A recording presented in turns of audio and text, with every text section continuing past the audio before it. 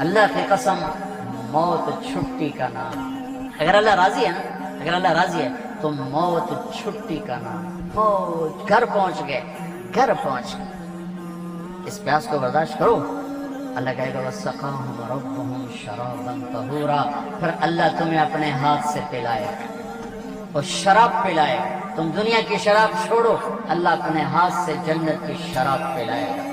تم دنیا میں پاک دامن بن کے رہو، اللہ جنت کی حسین ترین نیک خوبصورت لڑکیوں سے تمہارا نکاح کرے گا جو مٹی سے نہیں بنی، مشک، عنبر، زعفران اور کافور سے بنی.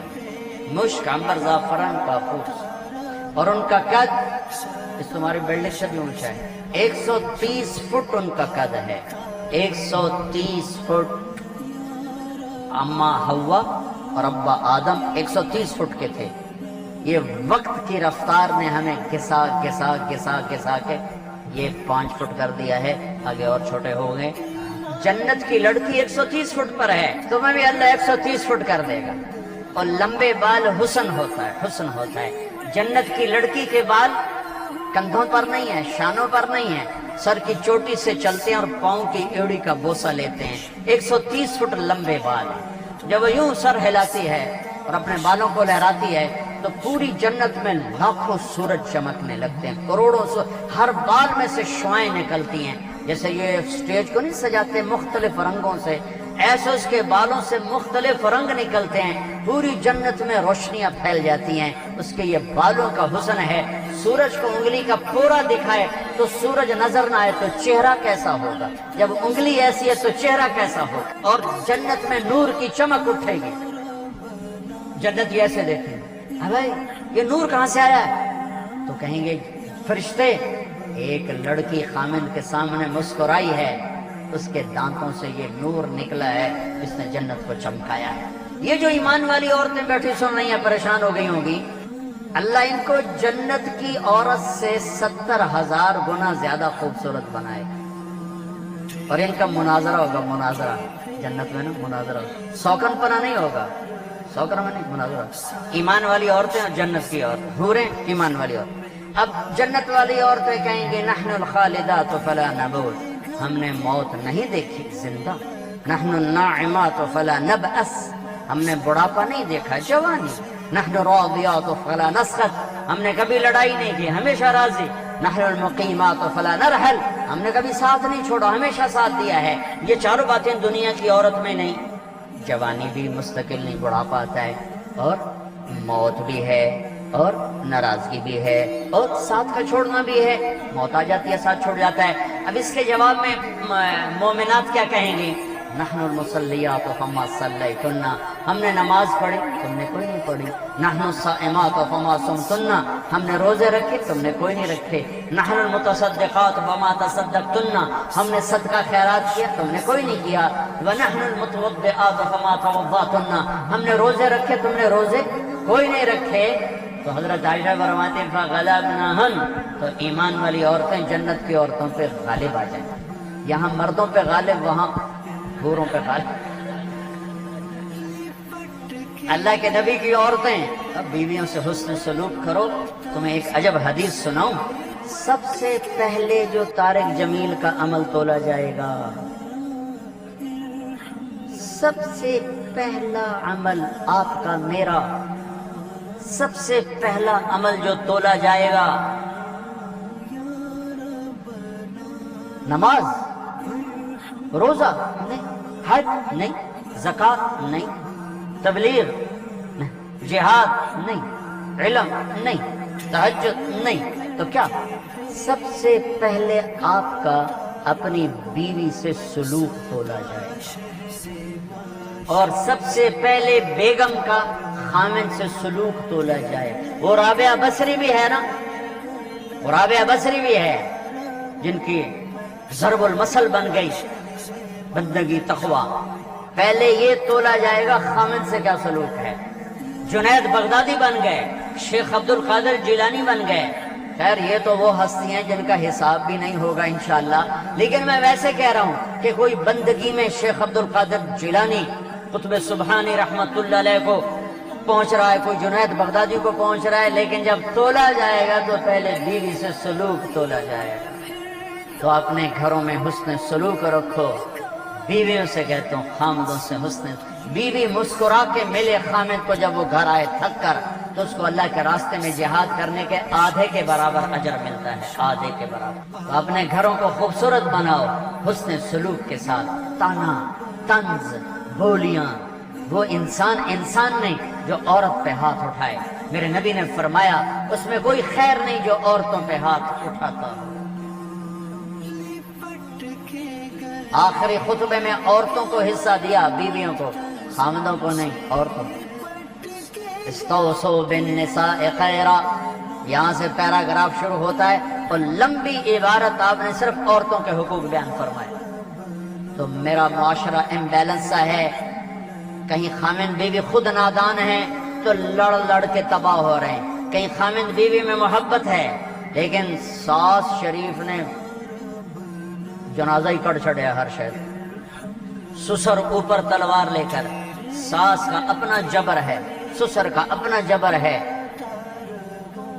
نند کا الگ جبر ہے۔ کہیں بچے کے ماں باپ نے گھر برباد کیا ہوا ہے، کہیں بچی کے ماں باپ نے گھر برباد کیا ہوا ہے۔ ایک بچہ میرے پاس آیا کہ ہم میاں بیوی لڑ پڑے تھے، اب ہم ملنا چاہتے ہیں، لیکن دونوں کے والدین کہتے ہیں کبھی نہیں ملنے دیں گے، اب یہ قصہ ختم ہونا چاہیے اور ختم ہوگا، ہو گیا۔ یہ جبر، یہ ظلم، چونکہ ہمارا جوائنٹ فیملی سسٹم ہے، میں ہاتھ جوڑتا ہوں، میں کسی رشتے کو اچھالنا نہیں چاہ رہا، لیکن جو گھروں میں ہو رہا ہے میں بتا رہا ہوں۔ کہیں خامند نادان ہے، بیوی کے ساتھ بدتمیز ہے، کہیں بیوی نادان ہے، خامند کے ساتھ بدتمیز ہے، کہیں دونوں بہت اچھے ہیں لیکن خامند کے ماں باپ کا ظلم ہے، کہیں بچی کے ماں باپ کا ظلم ہے، کہیں بہن بھائیوں کا ظلم ہے۔ اللہ کے واسطے اپنے حدود میں رہو، اپنی حدود میں رہو۔ یہی تمہاری یونیورسٹی میں پچھلی دفعہ بیان کر کے آیا، آفس پہ بیٹھا تھا، ایک بچی باہر رو رہی تھی، تو میں نے کہا یہ ایک بچی باہر رو رہی، آپ سے ملنا چاہتی، تو میں چلا گیا، ساتھ آفس کے چھوٹا سا کمرہ ہے، تو پھر بھی رو رہی، میں سمجھا شاید میرا بیان سن کے کوئی زیادہ اثر لے لیا ہے۔ وہ کہنے لگی مولانا آپ عورتوں کے حقوق بیان کرتے ہیں، لیکن آپ متعلقہ عورتوں کے تو کبھی نہیں بیان کرتے۔ مجھے یوں لگا جیسے مجھے کسی نے نا خنجر سے دو ٹکڑے کر دے، کہا متعلقہ بچیوں کے بارے میں تو کبھی نہیں بولے۔ اس کے بعد سے میں نے بولنا شروع کیا، پھر میں نے کہا کیا ہوا بیٹی آپ کو طلاق؟ جی مجھے طلاق ہوئی، میں طلاق یافتہ ہوں۔ کیا مسئلہ تھا؟ کہا میرا خامند بہت اچھا تھا، ہم دونوں میاں بیوی میں بہت محبت تھی، بس میرا سسر کہتا وے مینو چنگی نہیں لگدی انہوں طلاق دے، وے مینو چنگی نہیں لگدی انہوں طلاق دے۔ تو 1 سال تک تو میرے خامند نے پریشر برداشت کیا، پھر اس نے کہا میں بہت مجبور ہوں، ماں باپ کا پریشر ہے، اور مجھے طلاق دے کے گھر بٹھا دیا۔ اب کوئی ہے نہیں جو ہمیں پوچھے، بوڑھے لوگوں کے رشتے آتے ہیں۔ متعلقہ بچیوں کو پہلے دیکھا کرو، بیوہ بچیوں کو پہلے دیکھا کرو۔ میرے نبی نے متعلقہ بیوہ عورتوں سے شادی کی، صرف ایک کماری سے شادی کی، اور ہمارے یہاں طلاق کی ہوئی ہے، انت طلاق ہو گئی، انت طلاق ہو گئی ہے، انت طلاق ہو گئی۔ 99% ظلم لڑکے والوں کی طرف سے ہوتا ہے، 1% لڑکی کا ہوتا ہے نادانی، اکثر لڑکوں کا ظلم ہوتا ہے۔ وہ رشتے تلاش کرو جو بچیاں بیٹھی ہوئی ہیں، کہیں بچیوں کی شادیاں ہو گئی ہیں، بچہ ساتھ لے کر گئی ہیں، یا نوجوان چھوٹے بچوں کے ساتھ بیوی فوت ہو جاتی ہے تو وہ دوسری شادی کرتا ہے، تو نئی ماں آتی ہے، تو ستیلے پن کے جو ظلم سنے ہیں اس نے بھی دل کو پارا پار کر کے رکھ دیا ہے۔ ستیلے یتیم جب روتا ہے نا، جب یتیم روتا ہے تو اللہ کا عرش کانپ اٹھتا ہے، اللہ کا عرش کانپ اٹھتا ہے، اور اللہ تعالیٰ فرماتا ہے کس نے یتیم کو رلایا، کون ہے اس کے آنسو پوچھے اور میری رحمت کی چھاؤں میں آ جائے۔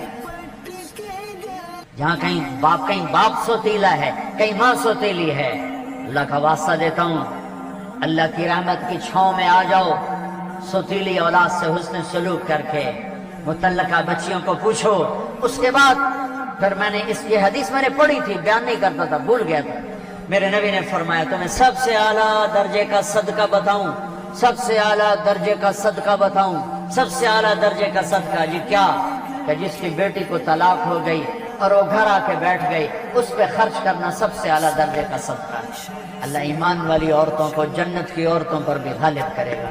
یہ خوبصورت زندگی ہے، اور ایک چھوٹا سا کام سارے کر لو، بہت بڑا مجموعہ ماشاءاللہ، احباب جمع ہے میر، حال دل کہہ لے، ہاں پھر التفات دل دوستاں رہے نہ رہے۔ میں آپ سب نوجوانوں سے ایک مطالبہ کرتا ہوں، آج بیٹھے بیٹھے توبہ کرو، توبہ کرو۔ اللہ کی قسم آپ کہو گے نا کہ اللہ میری توبہ، آپ ایسے نکلو گے گناہوں سے جیسے مکھن سے بال نکلتا، اور یوں پاک ہو جاؤ گے جیسے ماں کے پیٹ سے آج نکلے ہو۔ اللہ کو معاف کرنا اتنا اچھا لگتا ہے۔ یہ نہ ڈرنا کہ میں نے مانچسٹر میں بیان کیا کہ توبہ کی بات کی، ایک نوجوان آ گیا 35-36 سال، مولانا کیا واقعی اللہ معاف کر دیتا ہے؟ وہ اتنا سہمے ہوئے، ہمارے نوجوان خطیبوں نے نا لوگوں سے اللہ چھین لیا ہے، اتنا خوفناک کر کے دکھایا ہے، تو لگتا ہے دوزخ ہے، جنت کے سپاس سے وسدی کوئی نہیں۔ اچھا اللہ معاف کر دے گا؟ میں نے کہا جی۔ کیا واقعی معاف کر دے گا؟ میں نے کہا جی میرے بہت زیادہ گناہ ہیں۔ میں نے کہا بچہ تیری عمر کیا جو کہہ رہا تیرے بہت زیادہ گناہ ہیں؟ وہ تو اتنے گناہ کر، میں گناہوں پہ دلیر نہیں کر رہا، میں مایوسی سے نکالنے کی بات کر رہا ہوں کہ ہمارا نوجوان یا بوڑھا کہتا ہے جی میرے گناہ بہت زیادہ ہیں، میری کیسے توبہ ہوگی، میری کیسے معافی ہوگی؟ میں یہ بتانا چاہتا ہوں کہ میرا اللہ کہتا ہے دھرتی گناہوں سے بھر دے اور اٹھا کر آسمان کی چھت کو لگا دے، اور پھر ایک دفعہ کہہ دے یا اللہ معاف کر، تو میں سارے ہی معاف کروں۔ سورے تو اب تو سب بچے بیٹھے، اور بوڑھے ہوں گے تو 60-70 سال 80 سال، اس سے زیادہ کیوں؟ تو جب ہم کہتے ہیں نا یا اللہ میری توبہ، ایک اور حدیث سنو، میرے نبی نے فرمایا جو توبہ توڑ دے پھر کر لے، پھر توڑ دے پھر کر لے، پھر لیکن کرے سچے دل سے، کرے سچے دل سے، کرے سچے دل سے۔ اگر دن میں 70 دفعہ بھی اس کی توبہ ٹوٹی اور اس نے ہر دفعہ کر لی سچے دل سے، تو اللہ کا محبوب ہی رہے گا، مجرم نہیں بنے گا۔ کتنے مزے کی بات ہے۔ اب تمہیں حدیث کے لفظ سنا دوں تاکہ تم کوئی اعتراض نہ کرو کہ تو گھڑ کے بولی جاندہ ہے۔ ما اسر من استغفر وان عاد فی اليوم 70 مرتا، جو دن میں 70 دفعہ توبہ توڑ کے پھر کر لے، اللہ کی نظر میں مجرم نہیں ہے۔ مجرم کون ہے؟ جو توبہ نہ کرے، جو کہ کیا ہو گیا، سارے شراب پی رہے ہیں میں نے پی لی، کیا ہو گیا، سارے منہ کالے کر رہے ہیں میں نے کیا، کیا ہو گیا، سارے رشوت لے رہے ہیں میں نے لے لی، کیا ہو گیا۔ یہ کیس خطرناک ہے۔ اور وہ جو رونے دھونے والا ہے وہ تو مسئلہ ہی کوئی نہیں، ساری زندگی کا گناہ ایک آنسو ایک آنسو ایک آنسو۔ توبہ کرتے ہو؟ کرتے ہو؟ میرے ساتھ کہو یا اللہ میری توبہ، پھر کہو یا اللہ میری توبہ، پھر کہو یا اللہ میری توبہ۔ لو 3 سیکنڈ میں اللہ نے آپ کے سارے گناہ معاف کر، اللہ کی قسم معاف کر دیے، اگر سچے دل سے ہے۔ بس اب علماء سے پوچھ لینا اب کرنا کیا ہے۔ نمازیں چھوڑی اب کیا کرنا ہے، روزے چھوڑے اب کیا کرنا ہے، زکوٰۃ چھوڑی اب کیا کرنا ہے، لوگوں کے حق ضائع کیے اب کیا کرنا ہے۔ آسان سا کام ہے، کرتے جاؤ گے بڑھتے جاؤ گے، اللہ کی چھاؤں میں آؤ گے۔ اوپر سے رمضان توبہ کا مہینہ، رحمت کا مہینہ، جنت کا مہینہ، روزے نہ چھوڑنا، کالج کی چھٹی کر لینا، روزے کی چھٹی نہ کرنا، یونیورسٹی کی چھٹی کر لینا، روزے کی چھٹی نہ کرنا، تراویح کی چھٹی نہ کرنا۔ تراویح کے ہر سجدے پر 1500 نیکی لکھی جاتی ہے۔ بندے بن کے افطاری کرنا تو انشاءاللہ تراویح ساری پڑ جائے گی۔ اب تجھے ایک سموسہ، ایک پکوڑا، ایک پیس، ایک بیف، اتو چٹنی، ہن تجھے مٹی تے سو تراویح پڑھنا، تجھے تو پائے ہو کہ مجھ طرح ہن کے میں اٹھوں تو اٹھیا ہی نہیں جانتا، تھوڑے کو فرض نہیں پڑے جانے تو تراویح کتوں پڑھنی ہے۔ لہذا بندے بن کے افطاری کرو، ایک کھجور کھاؤ، سادہ پانی کو، ٹھنڈا پانی نہ پینا سخت گرمی میں، افطاری ٹھنڈے پانی سے نہ کرنا، سادہ پانی سے کرو۔ کھجور لو، سموسے، پکوڑے، دہی بھلے، پیس، یہ تمہارے لیے مصیبت بنیں گے افطاری کے وقت۔ افطاری ہلکی کرو، بالکل ہلکی۔ کھجور جو میرے نبی نے کیا، یا کوئی فروٹ، تو فروٹ کا چاٹ ہے اور اس کے ساتھ سادہ پانی، سادہ پانی، یہاں تک کہ آپ کا معدہ فنکشن میں آ جائے۔ مغرب کی نماز پڑھو، اب ٹھنڈا پانی پینا چاہتے ہو پی لو، کوئی مسئلہ نہیں، لیکن زیادہ ٹھنڈا نہ پیو، وہ اور مصیبت ڈالتا ہے۔ تراویح پڑھ کے اب کھانا کھا لو، بامن ساری پرات کھا جاؤ تو بامن ساری پلیٹ کھا جاؤ۔ تراویح پڑھی گئی چونکہ نقصان بڑا ہے اگر تراویح چھوٹ گئی، ہر سجدے پہ 1500 نیکی، 60,000 آپ 1 گھنٹے میں کماؤ، کتنا سستا سودا ہے۔ اور عورتیں گھر بیٹھے آرام سے چند منٹوں میں 20 تراویح پڑھ سکتی ہیں۔ آپ کو قرآن سننا پڑتا ہے، ایک تراویح نہ چھوڑو، ایک روزہ نہ چھوڑو، اور انشاءاللہ العزیز سارے ہی معاف ہو جائیں گے۔ تو اللہ تعالیٰ آپ کا یہ اجتماع مبارک کرے۔ ماشاءاللہ ماشاءاللہ، ہمارے ذیشان بچے نے بڑی محنت کی ہے، ابراہیم نے بڑی محنت کی ہے، اللہ ان کی محنت، ان کے تمام ساتھیوں نے، اللہ ان کی محنتوں کو قبول فرمائے، ہمارے لیے ذریعہ نجات بنائے۔